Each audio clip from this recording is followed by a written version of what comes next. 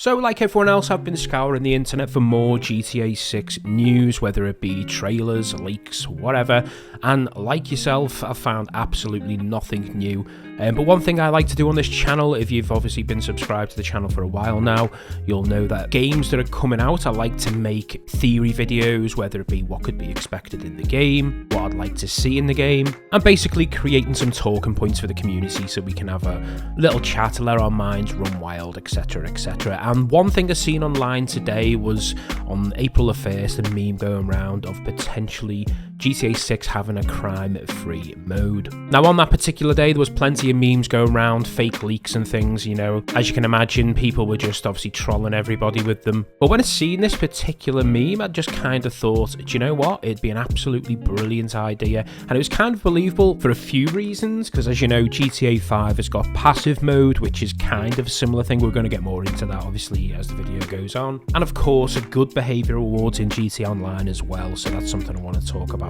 So this whole rumor flying about, obviously as we understand now, it was obviously a April Fool joke, but I'm going to run with it. I can see potential of it being a great addition to GTA 6, and again, these videos, these theories, it's to get the community talking. I want to hear from you in the comments down below, and yet without further ado, let's get into today's video. So like me, when playing any of the GTA titles over the year, there's going to be a moment in time where you have decided to take a step back from the vandalism side of the game, and you'll probably have tried to stick to the speed limits in the road, stop at red lights, park your car properly, and if you haven't done that, you haven't lived. It is kind of a fun thing to do, to try and be a civil person in a chaotic world. Now let's just say, for instance, they did bring a crime-free mode into GTA 6. I want to talk about how it may look, what things we may see in it, and also the reward side of things, how that could be implemented. So we're just going to get straight into it. Let's talk about the weapon side of things. Now, it would be a bit silly if you couldn't have access to any weapons at all. The way I see it is you can have access to your weapons, but if you use them, then obviously, you know, you break the rules. You maybe lose XP, you maybe lose rewards along the way or something of that nature. But it would be pretty cool if maybe using the police DBA radio, if you hear like a crime being committed, whether it be a bank robbery,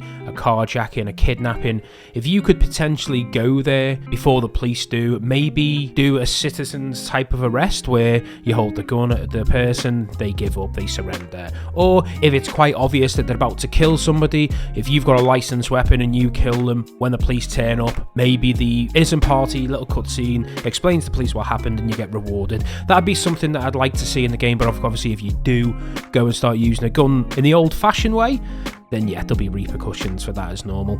Next, the driving side of things. It would be great if you could click a button to toggle off like a speed limit. You don't have to use it, but obviously it would make things a lot easier. And obviously, you know, sticking to the red light system and things, getting rewarded with passive XP when you're in this particular mode for things like that. And you know, it also got me thinking about what activities could you do within a car. And obviously we've seen in previous GTA titles, you can be a taxi driver. So maybe they could expand on that. Maybe you could be obviously an Uber driver of some sort. You could be delivering food. You could maybe be working for FedEx, Amazon, anything in-game that's like that, dropping off parcels, food, ferrying people from A to B.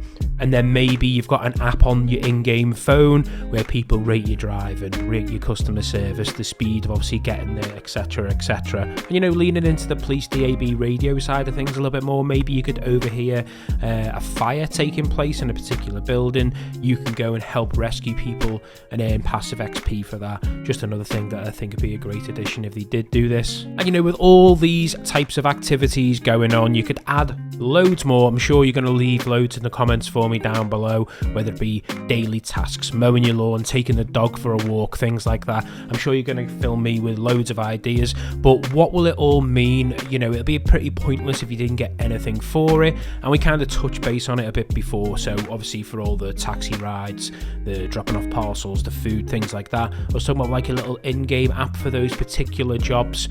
Maybe you could have a broader aspect of it. Maybe we could have some type of battle pass system, but maybe not even a battle pass system, maybe just reaching a certain experience of obviously crime, crime-free experience. Let's just say it's called CFXP or something along those lines. As you level up that particular experience bar, you're unlocking cosmetics for in-game, whether it be paint jobs for your car, internal, components for your car, maybe some cosmetic items for your safe house, things like that. And your usual suspects when it comes down to battle passes and things like that, things like emotes, cosmetic gear, clothing, masks, things like that. I think would be a pretty great addition to just have its own separate experience pool that you'll level up over time.